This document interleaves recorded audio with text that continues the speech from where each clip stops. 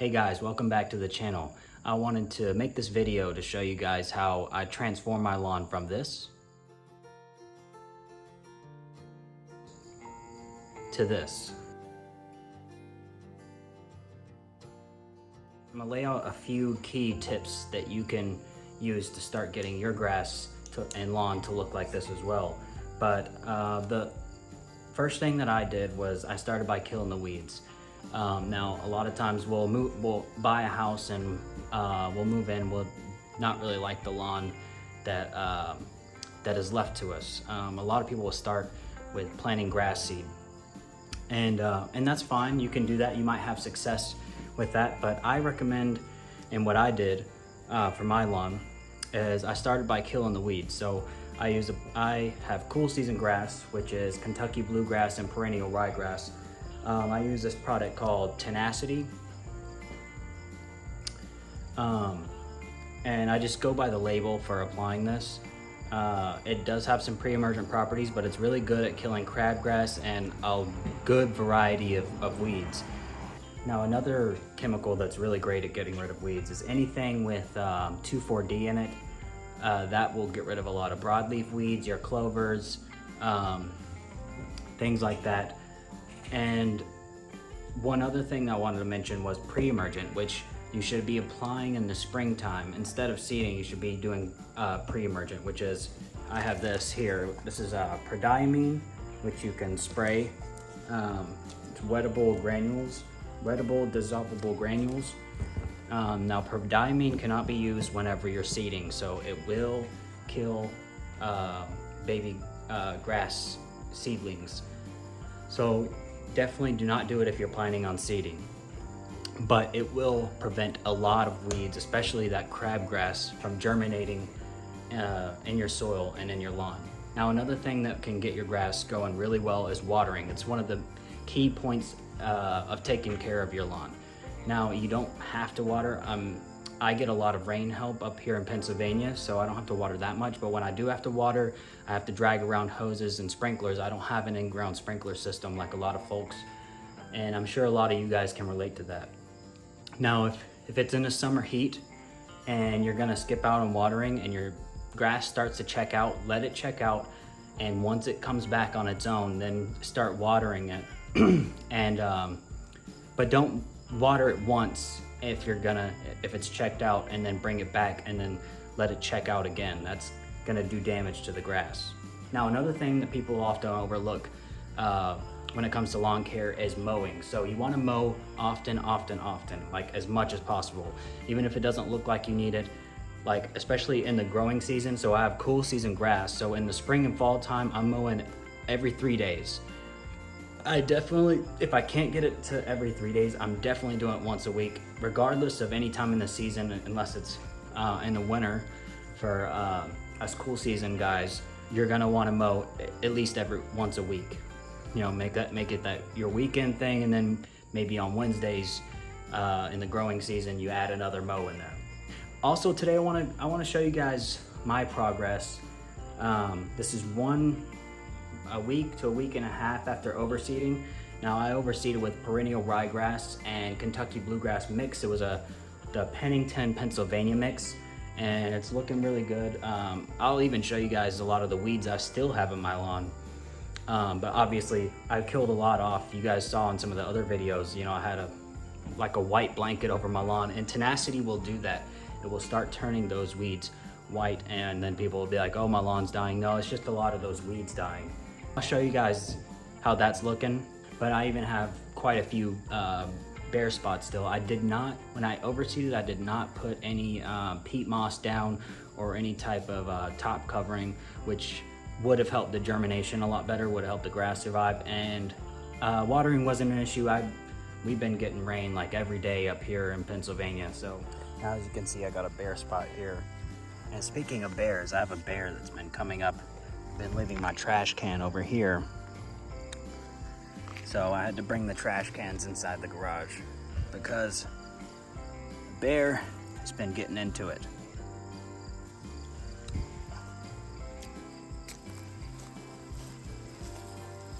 Now, here's the worst spot of crabgrass that I have. can see most of this is crabgrass, and it got one application of tenacity, and you can see this whole area is pretty much crabgrass. I did plant over here. You can see I still have many weeds, and I had a lot more than this before I sprayed my weed controls.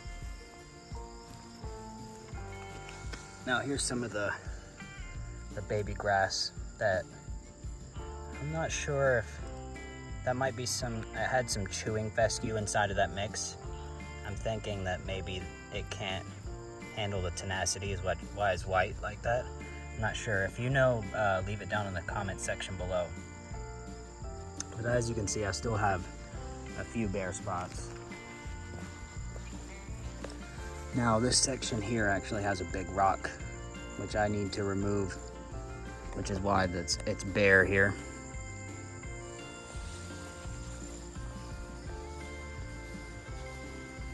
And I believe there's another one. Right in here there's another big rock that I gotta have removed. Now another thing we didn't talk about was fertilizers. So I fertilized 2 times. First fertilizer I used was a starter fert. It was just some Vigoro, or however you say their name, starter fertilizer. I can't remember the analysis. It's something like a 12-12-12 or something. That stuff is really good to get your lawn started and going, because it has an even balance of all 3, the N, P, and K inside of it. Now the second time that I fertilized, I used the same thing, and that's because whenever you plant new grass seed, you want to do a starter fertilizer, and that just helps it get going. I also applied some other stuff like some humic acid and some decompaction stuff. Go check out that video if you want to see more about that and how to mix stuff in a sprayer. As you can see, I need to mow my lawn really bad, so I was just going to take you guys along for that ride.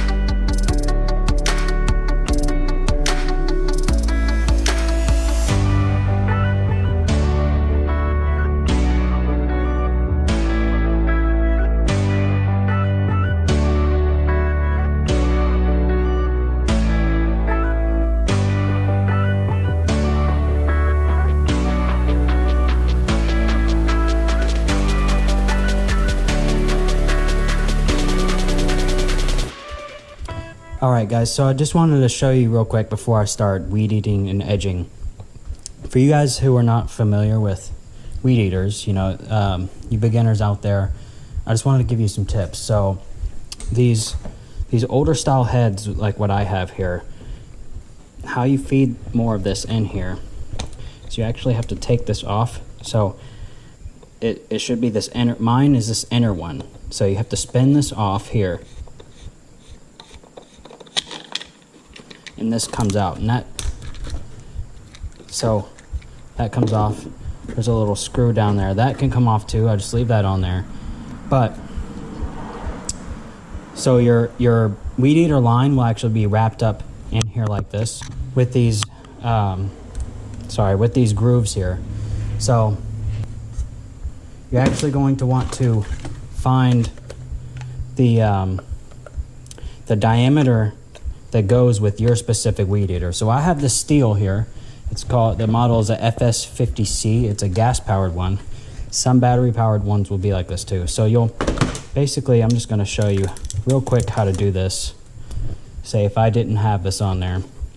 So I fill it up a lot more than this. I just don't want to cut another piece off. But, so on one side, I actually do this top side first here. So you'll take this, you'll wrap it around, and then obviously you're gonna put more on than this. I would just wrap it until this is, you can't see this. It covers this whole bottom side here. But for my purposes, for right now, just for demonstration, you're gonna wrap it around and you'll click it inside of this little groove here.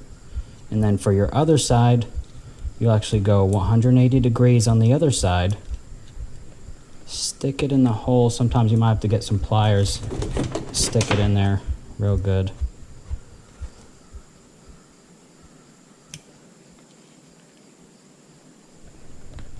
Make sure it's nice and in there. Doesn't have to be, just make sure it's pretty good ways in there.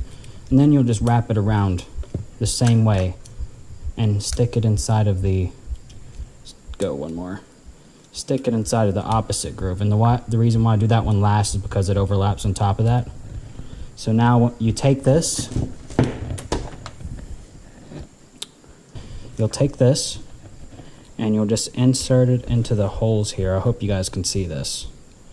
So you'll insert one end here and you'll insert the other end there. So now I pull it out a little ways to get it started. Make sure it's nice and tight there. And then, I'm not sure if you guys can see this, but there's another little groove in there. You can push it till it's in there. You can tug on these a little bit. So that's on there, right? Now you take your end and you'll actually just push that on. You'll have to push and twist at the same time. And then you just tighten it down. So now you can tug on that and it's ready to use. And this end here will actually cut your excess line off when it hits it. Some people take these off, but I mean, if you're a beginner, don't even worry. But I'll leave mine on. It doesn't hurt anything at all. It actually makes sure that these are the same length because it'll cut. If you can see that, it'll cut the line. And that's just for you beginners. If you don't know, they also make battery powered ones. Also, some of the newer ones, they don't even have this kind of head. They have one where you can just have a cartridge and replace the cartridge, which is much easier. If you're a beginner, you don't want to mess with this, then I would just get that one, the cartridge version. But I mean, it's kind of complicated at first, but once you get used to it, it's no big deal. But I just wanted to show you guys that just in case you're not familiar with weed eaters and you need that advice. So there's that. And then obviously if you have a battery powered version, you're going to be able to just be ready to go. But if you have a gas powered version, you have your choke here, or some people call it a cold start. So this is about, this first notch on mine is halfway, and this top one is fully choked. So that just lets the gas build up so it can more easily start. If it's cold, you obviously want to put on this top one. If you had it running, maybe you could use that one. I don't even find myself using this one actually. If it's warm, you can normally start it up with the choke off.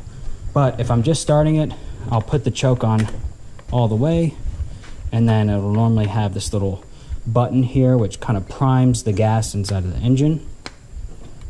Push that a few times, maybe 4 or 5 times, and then you'll want to sit it on the ground actually, and then you could crank it. But that's just for you beginners, again, just in case you're not familiar with a weed eater.